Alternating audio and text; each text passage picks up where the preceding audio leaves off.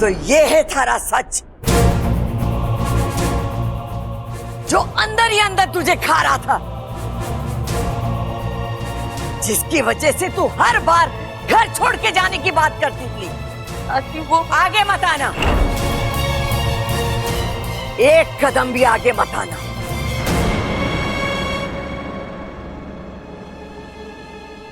कुछ गुनाहों का प्रायश्चित नहीं होता, उन्हें सिर्फ और सिर्फ सजा मिलती है।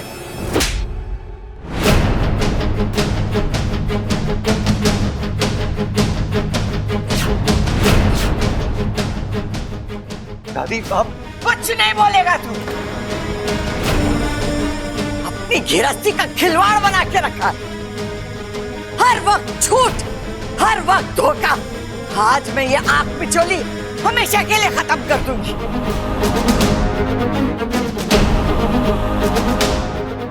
एक बार आप सब मेरी बात तो सुन लीजिए। हाँ हाँ, अच्छा एक नागिन है,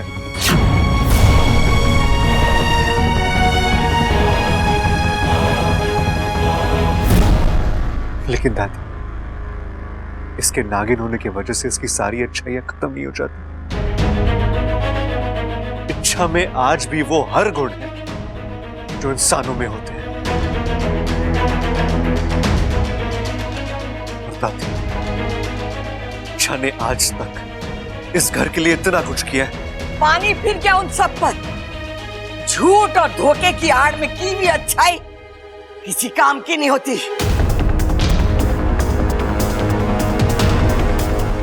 छोरा, जब विश्वास टूटता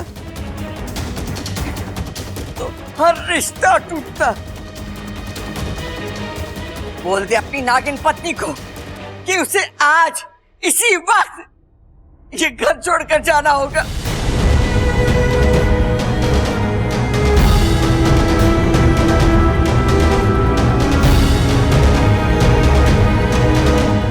इसी बात का डर था दादी। मैं जानती थी आप मेरे सच के साथ मुझे कभी स्वीकार नहीं करेंगी।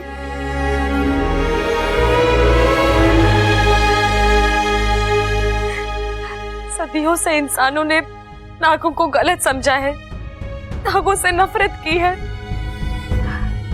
फिर नाग कुल की इच्छा को अपनी बहू मानने का तो सवाल ही नहीं उठता।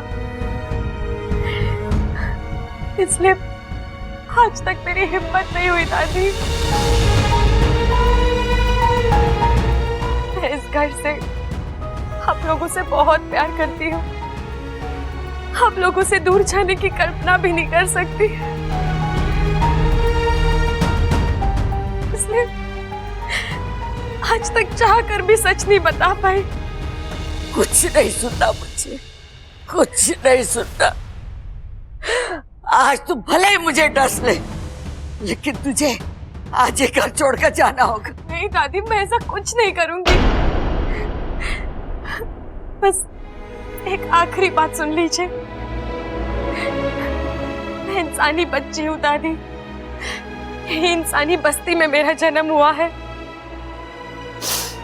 लेकिन एक इच्छाधारी नागिन ने अपने स्वार्थ के लिए मेरा अपहरण किया।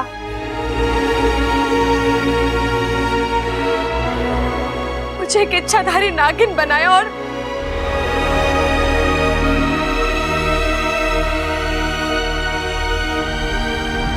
मुझे कोई दुख नहीं है दादी कि मैं एक इच्छाधारी नागिन हूं। ना ही मुझे शर्म आती है खुद को नागिन कहलाने में। मेरी जिंदगी का एक ये सच है जो। एक बात कहूं छोरी, भले ये सब सच हो, लेकिन आज किसी बात पर विश्वास करने का मन नहीं करता। चली जाए यहाँ से। लेकिन क्यों दादी? दादी इच्छा सच बोल रही है। और आप पिताजी, पिताजी अब दादी को कुछ समझाइए ना, समझाइए उन्हें। क्या समझाऊं उनको? क्या समझाऊं मैं? बहुत बड़ी गलती की है इसने। इंसानों के घर में नागिन बहू मारे से तो सोचा भी ना जा रहा। सबल भैया, आप इच्छा को अपनी छोटी बहन मानते हो ना, तो आप चुप क्यों हो? बोलिए कुछ। नहीं बब्बल, गलती तो इच्छा से हुई है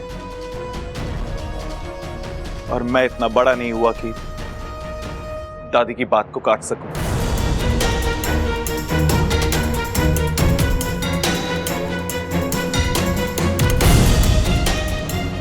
भाभी, भाभी आप तो। देवर जी, माना इच्छा ने इस घर के लिए बहुत कुछ किया, लेकिन इस घर ने भी उसे छत दी, आधार दिया, उसकी हर गुस्ताखी को माफ किया, उसके हर झूठ को सच माना। मुझे तो लगता है इच्छा ने हमारी सच्चाई का गलत फायदा उठाया है।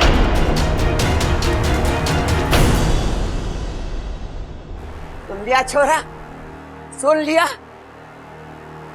हमारी दादी गलत हो सकती है, लेकिन पूरा परिवार गलत नहीं हो सकता। इच्छा को ये घर छोड़कर जाना होगा, ये हमारा अंतिम फैसला है।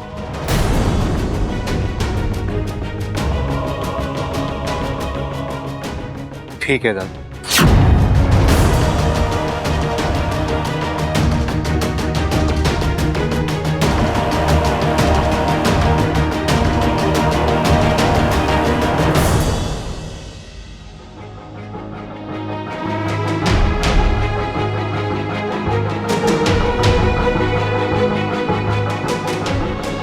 अगर इच्छा जाएगी तो मैं भी नहीं रहूंगा।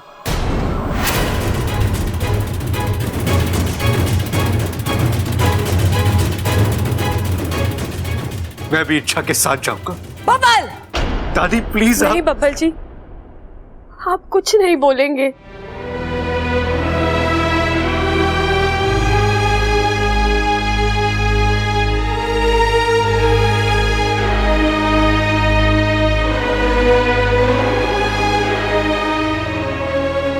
अब ये घर ही नहीं चाहता कि मैं यहाँ रुकूं। जबरदस्ती रिश्ता जोड़े रखने का क्या फायदा?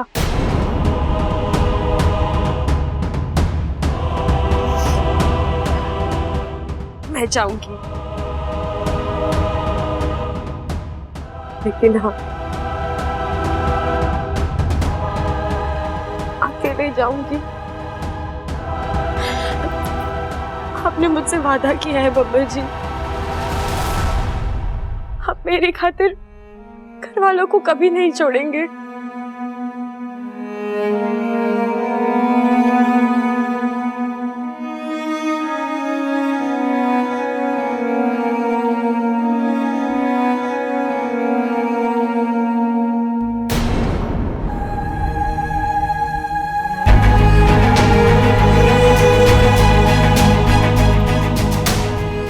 मैं जा रही हूँ दादी, बस कुछ यादें अपने साथ लेकर जाने की इजाजत चाहती हूँ। वो तो आप देंगी ना?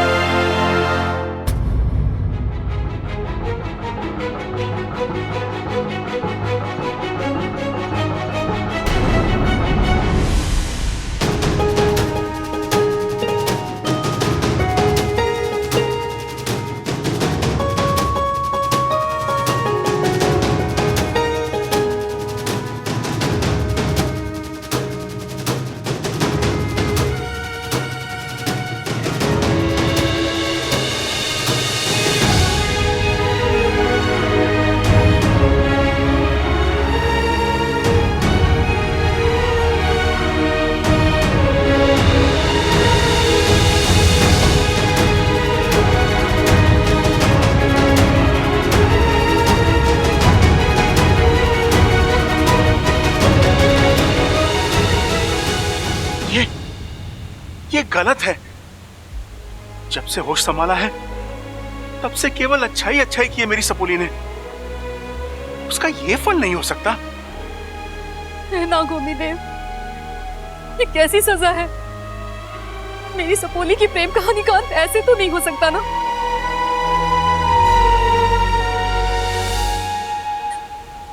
माना कि उसने अपने परिवार वालों से झूठ बोला, पर उसका इरादा कभी गलत नहीं था और उसने तो उनके लिए अपनी जान तक दी है। और आज वही घर वाले उसके साथ इस तरह। नहीं, मैं ऐसा होने नहीं दूंगा।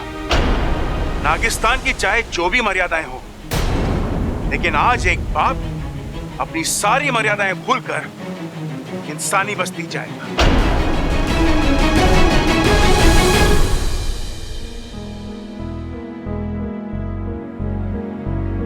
साथिया साथिया मेरे साथिया साथिया साथिया मेरे साथिया।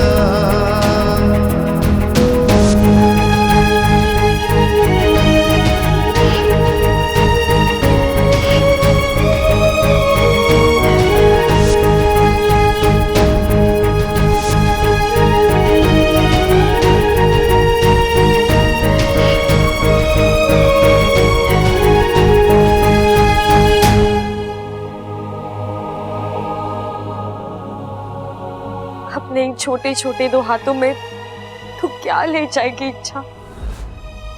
ये खुशियां, ये आंसू, रिश्ते, बातें, अपनापन, जितना इन्हें समेटने की कोशिश करेगी, चीजें उतनी ही पीछे छूटेंगी।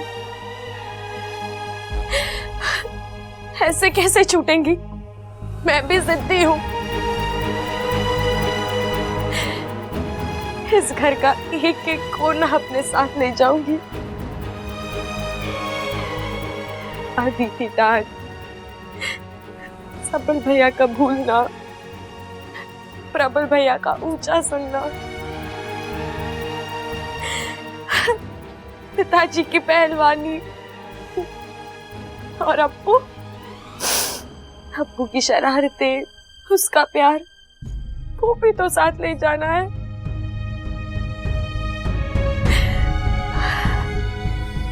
अपनी जान देकर एक एक चीज जमा की है मैंने अपने हिस्से में, और आज सब कुछ छोड़कर जा रही हूँ। तू क्यों रो रही है इच्छा? क्यों? वो ऐसे रो रही है जैसे कि कभी तू जानती थी एक दिन ऐसा आएगा। मैंने जितना पाया है सब कुछ खोना पड़ेगा। फिर तू क्यों रो रही है?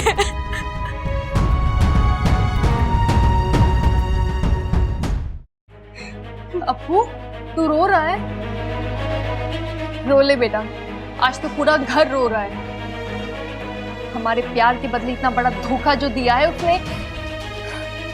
8 महीनों में ये घर तो उसका हो गया, लेकिन वो इस घर की नहीं हुई। हमारे जज्बातों का मजाक उड़ाया है उसने।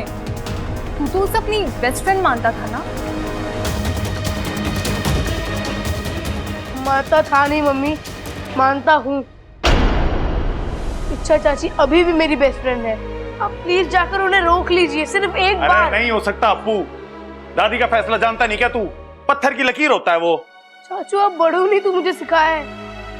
गुस्से में लिया गया कोई भी फैसला सही नहीं होता। चाचू आप ही मुझे बताइए, क्या एक झूठ हजारों अच्छाइयों पर पानी फेर देता है?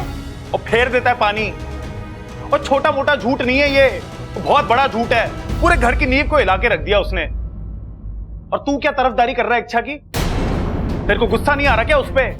उसका इतना बड़ा सच सामने आया है। चाचू शायद आपके लिए नई बात होगी, पर मैं तो बहुत पहले से जानता था कि चाची एक इच्छाधारी नागिन है। अप्पू, तू ये क्या बोल रहा है? तेरा दिमाग तू उसे बचाने के लिए झूठ बोल रहा है? नहीं मम्मी, मैं वाकई में बहुत पहले से जानता हूँ कि। तो तूने पहले क्यों नहीं बताया? हे शिव जी, इच्छा ने तो इस छोटे बच्चे से भी झूठ बुलवा लिया। नहीं मम्मी, चाची ने मुझे आज तक किसी से कोई झूठ बोलने के लिए नहीं कहा। मैंने तो अपनी मर्जी से झूठ बोला था, क्योंकि मैं नहीं चाहता था कि इच्छा चाची घर छोड़कर जाए। आप जानती नहीं है मम्मी कि जिन पर आप आज गुस्सा हो रही है, उन्हीं इच्छा चाची की वजह से आज आपका बेटा जिंदा है। मतलब इच्छा बचा लो। अब्बू! उसी दिन से हम दोनों बेस्ट फ्रेंड्स बन गए।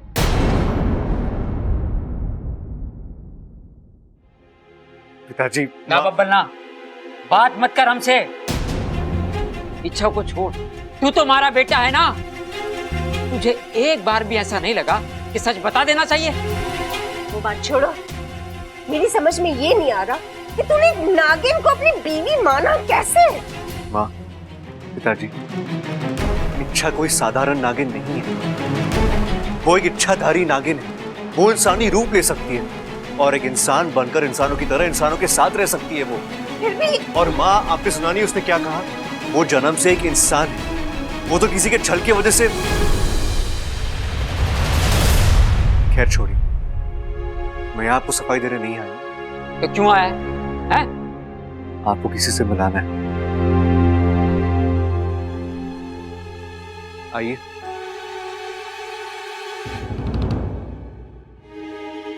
नमस्ते। नमस्ते। ये कौन है? ये इच्छा की माँ,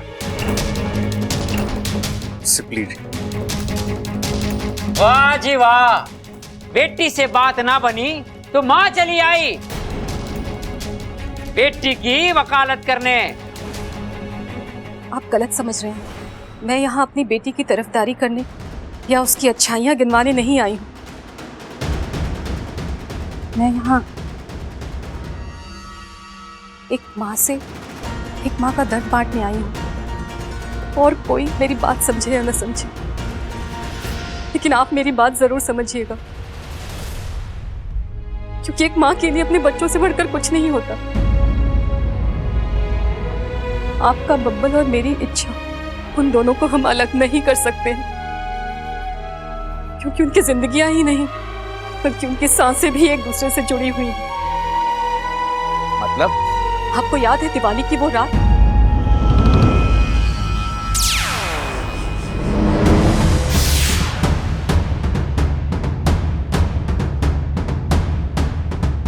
बब्बल इस दुनिया को छोड़कर जा चुका था। वो तो मेरी सपोली इच्छा उसे खींचकर वापस लाई थी अपनी आधी जान देकर। एक तरफ बब्बल की अर्थी उठ रही थी और दूसरी ओर मेरी इच्छा की जान निकल रही थी। ये केवल नागिस्तान की ही नहीं बल्कि विश्व की सबसे कठिन विधि है। इसमें इच्छा की जान भी जा सकती है, और इच्छा ने अपनी जान की परवाह नहीं की, क्योंकि उसका प्यार उसके डर और स्वार्थ से कहीं ऊंचा था। सच कह रही है, मेरे शरीर में आज भी इच्छा की आधी जान है। बाप ने, जिस लड़की ने आपके बेटे को एक नई जिंदगी दी, क्या आप उसका एक झूठ माफ नहीं कर सकते? प्लीज दादी को समझाइए, रोकिए इच्छा को, क्योंकि मैं जानता हूं मैं अकेला नहीं, आप सब इच्छा से बहुत प्यार करते हैं। रोकिए इच्छा को प्लीज।